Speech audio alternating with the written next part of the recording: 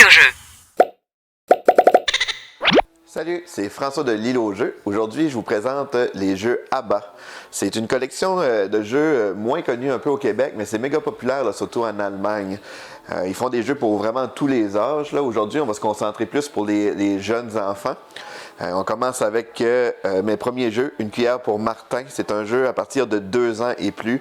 Il y a plusieurs modes de jeu. Là. Les livrets sont super bien faits là, pour expliquer les modes éducatifs, comment approcher l'enfant avec. Mais je vais vous montrer un peu le mode standard. Dans le fond, le but, c'est un jeu un peu de dextérité. La façon dont ça fonctionne, c'est qu'on va lancer un dé. On fait nommer à l'enfant l'aliment qui est sur le dé, comme là, ce serait les carottes. S'il réussit, s'il dit le bon, mais là, il peut mettre la carotte dans la cuillère, et c'est là vient l'aspect dextérité. Il faut qu'il apporte la cuillère et le met dans la bouche de Martin. C'est aussi simple que ça. Il y a plusieurs autres modes là, qu'on peut faire un peu mémoire avec les jetons.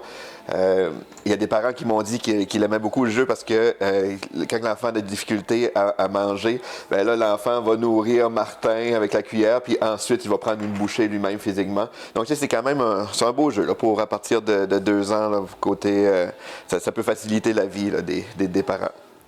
On a aussi mes premiers jeux au chantier, qui est un jeu aussi pour à partir de 2 ans. Celui-là, c'est le fun aussi parce qu'il explique beaucoup de jeux libres qu'on peut faire avec l'enfant. Donc, on peut le jeu, au-delà du jeu lui-même, l'enfant peut jouer avec le camion, les blocs et tout ça. Le mode normal du jeu, c'est que dans le fond, il va falloir faire la construction d'une maison. Et puis pour faire ça, mais là, l'enfant va tourner des jetons. S'il tourne le jeton, il faut qu'il aille l'associer au bon endroit. Fait que le but, c'est vraiment de placer les bons éléments aux différents endroits sur le jeu. Quand que c'est rempli, fait que quand on a trouvé, après ça, on y va par étapes, on part d'ici. Fait que mettons qu'on a trouvé le chat et le camion.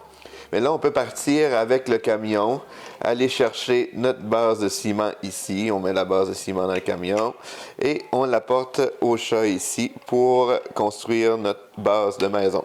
On fait ça avec tous les jetons. Quand on a terminé ici, on peut aller voir la tour pour chercher la base, en fait, la maison elle-même, le cœur de la maison. Après ça, là, on va chercher le bois pour faire notre toit et faire notre petite décoration de terrain. Donc, c'est un jeu très simple, mais c'est le fun parce que justement, là, encore une fois, c'est un jeu avec plusieurs modes. C'est un jeu il peut faire des jeux libres avec le camion, avec des belles manipulations, des beaux objets. Donc, c'est ça pour au chantier. On monte d'un petit niveau maintenant avec Hérisson Tourbillon. C'est un jeu à partir de 3 ans. C'est un jeu de mémoire très mignon. La façon que ça fonctionne, c'est que ça va en fait, le but, c'est de remplir notre hérisson. Fait que la manière que ça marche, c'est qu'on va lancer un dé. Là, ça va nous dire, en fait, je vais commencer par cette face-là, c'est le plus simple. Comme là, on peut piocher deux feuilles dans le sac. Donc, on pioche 2 feuilles et chaque feuille va avoir 2 couleurs.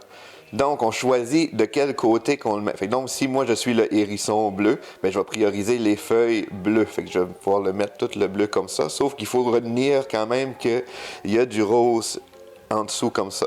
Avec mon autre feuille orange, mais je pourrais décider de la mettre sur le hérisson d'un autre joueur. Comme ça. Si... j'ai mis du mauvais côté. Bon, si en lançant le dé, on tombe sur la face nuage, mais là, on peut aller voler un hérisson, une feuille d'un hérisson d'une autre couleur. Donc, si je me souvenais qu'ici, c'était rose, moi, je suis hérisson rose, bien, je peux venir prendre celui ici pour le mettre sur mon hérisson à moi. Fait que ça fait un aspect mémoire, une interaction entre les joueurs. Ça permet de voir un peu le principe de collaboration et de compétition parce que il faut mettre des feuilles, on n'a pas le choix. Si on n'a pas notre couleur, il faut le mettre sur un autre hérisson, mais en même temps, on peut aller le voler. Donc, c'est c'est vraiment un beau petit jeu. Là. On a eu bien du fun avec ça. Ensuite, on a Amsterclam, ou aussi connu sous le nom de Trocknot. Ça, c'est un jeu coopératif. Personnellement, c'est un de mes préférés là, de la gamme. Là. J'adore ce jeu-là pour enfants. Là. C'est vraiment le fun. C'est super simple. Le but du jeu, c'est d'aller chercher les différents ingrédients, les carottes, le blé, les trèfles, les apporter dans les bons entrepôts avant que les feuilles tombent de l'arbre. Donc, pour faire ça, on lance un dé. Ça nous dit, je peux avancer de 4. Donc, si je suis le bleu, j'avance ici. Ça fait 1, 2, 3. Puis là, je vais dans la petite roulette. 4. puis là, on peut tourner comme ça. Et comme vous voyez, c'est le fun parce que tout est amovible sur le plateau. L'ascenseur monte, descend. On peut aller dans le petit chariot ici. Donc, c'est des petits détails qui fait des manipulations le fun, qui gardent l'enfant actif. Puis comme je disais, le but, c'est de monter, venir chercher le blé. Après ça, redescendre le blé avec les bondés, puis arriver, là, tout remplir ça avant que les feuilles tombent. Donc, c'est un petit jeu coopératif, là, vraiment le fun. Hein. On a ensuite Pyramide d'animaux, qui est considéré à partir de 4 ans. C'est un jeu de dextérité. On a chacun notre ensemble d'animaux comme ça. On lance un dé, ça va nous donner le nombre... Oups, c'est pas le bon dé, celui-là.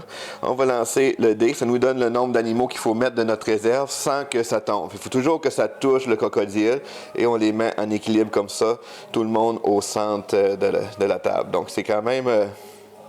Ça, c'est le genre de jeu là, que même maintenant, mes enfants sont plus vieux, mais même quand ils étaient jeunes, c'est le genre de jeu qui est réellement le fun à jouer avec eux autres. Au-delà d'avoir du fun à passer du temps en famille, mais c'est réellement un jeu qu'on a du plaisir à jouer. Parce qu'il y a quand même un certain challenge à mettre les animaux pour pas que ça tombe. C'est vraiment... C'est un très bon jeu de dextérité. Hein. On enchaîne ensuite avec Monza, qui est un jeu à partir de 5 ans. Lui, c'est pour 2 à 6 joueurs. On l'a essayé hier soir, là, j'avais jamais joué avant. C'est un jeu de course. Je l'ai trouvé bien original. En fait, c'est qu'on va lancer, à notre tour, on lance tous les dés. Et on peut avancer notre voiture sur les cases, toujours en avant, en fonction des couleurs. Oui, c'est sûr qu'il y a du hasard par rapport aux dés, mais il y a quand même une certaine part de stratégie de planification selon l'utilisation de nos dés. Donc, admettons que je suis la voiture blanche, bien là, je pourrais utiliser mon dé bleu pour me tasser ici, mon dé jaune pour venir ici, je peux venir mettre mon mauve pour avancer ici, je pourrais ensuite reprendre mon jaune pour prendre la place de l'autre joueur, mais là, je suis pris ici parce que là, il me reste juste un jaune, un rouge. Fait qu'on peut voir que selon l'utilisation de nos dés, des fois, on peut avancer un peu plus, un peu moins. Fait que ça fait une course comme ça qu'on avance à tous les tours. C'est vraiment un super bon petit jeu. Ensuite, Commissaire des souris, ça c'est une nouveauté de cette année. C'est un jeu de mémoire que j'ai aussi trouvé très original. La façon que ça fonctionne, c'est qu'à notre tour, on va rajouter un bandit dans la prison. Et on va lancer un dé qui va nous dire dans quelle direction on doit tourner la prison. Fait que si je lance comme ça, je vais tourner la prison comme ça. Fait que le bandit, il s'en va. On tourne jusqu'à temps qu'il y a un espace libre comme ça. Ce qui est le fun du jeu, c'est qu'on peut voir, comme ici, on voit un peu le bandit qui est là. Fait que ça nous aide à se souvenir un peu la chaîne des bandits. Fait qu'on va jouer comme ça à tour de rôle. On rajoute un bandit, on brasse le dé. Comme là, je peux choisir dans quel côté que je veux tourner. Fait que si je tourne encore dans ce sens-là, on tourne ici. Puis le but, c'est de se souvenir de la séquence des bandits qu'on met. Parce qu'à force de tourner, si on a entendu, peut-être qu'on n'entend pas dans la vidéo, mais on a entendu un petit cling, parce qu'il y a un bandit qui a réussi à s'évader. Fait que là, il a tombé dans la sonnette. Fait qu'il faut, tous les joueurs vont regarder dans leur petit livret, puis ils vont essayer de se souvenir dans la chaîne de bandits qu'on a mis, quel bandit aurait pu se sauver. Fait que tout le monde vote sur le bandit qui pense. En caché, quand tout le monde est prêt, on dévoile, et on regarde ensuite dans la boîte, c'est quel bandit qui s'était échappé. Fait que c'est super, c'est un jeu de mémoire. En tout cas, personnellement, en tant qu'adulte, j'ai trouvé ça difficile de me souvenir de la chaîne. C'est pas facile, mais tu sais, les enfants ont souvent une meilleure mémoire, puis ça embarque bien. On gagne des petits jetons étoiles en fonction de nos résultats. J'ai trouvé ça un super beau concept dynamique, là. C'est très bien pensé. C'est le Commissaire souris. Ensuite, on a Dragon Breath. C'est un jeu de dextérité encore à partir de 5 ans pour 2 à 4 joueurs. Dans ça ici, ça fait penser, quand j'étais jeune, il y avait le jeu Kerplunk, là, mais ça a un peu ce feeling-là. En fait, c'est qu'au début du tour, on va choisir chacun une couleur. Fait qu'admettons que moi, je choisis mauve parce que je pense, ou rouge. Je pense qu'il va y avoir le plus de rouge qui va tomber. Tous les joueurs se choisissent un cristaux comme ça. Vu que c'est à moi de jouer, je prends un anneau et je vais récupérer tous les joueurs, en fait, vont récupérer les cristaux de la couleur qu'ils ont choisi. On peut tricher légalement dans le jeu, dans le sens que je peux forcer à faire tomber en poussant. Je ne suis pas obligé de l'enlever délicatement. Je peux vraiment m'arranger en l'enlevant pour faire tomber les cristaux. Fait que donc là, j'ai enlevé l'anneau. Je pourrais gagner mes cristaux rouges que je place dans ma petite réserve ici, là, dans la boîte. Et les autres joueurs prennent leurs cristaux comme ça. Et ensuite, on passe le pion à l'autre joueur, puis il fait la même chose. On recommence à voter. Lui, il choisit sa couleur, lui, il pense qu'il va avoir le plus de vert, puis on descend tous les anneaux un par un jusqu'à temps qu'on arrive à la fin. Puis celui qui a le plus de cristaux va gagner la partie. Donc, c'est un beau petit jeu de dextérité très, très original. Donc, ça fait le tour aujourd'hui pour les jeux à bas pour les jeunes enfants. Il y en a d'autres, là, on ne les a pas tous présentés aujourd'hui, mais on pourra suivre dans d'autres vidéos. L'île au jeu.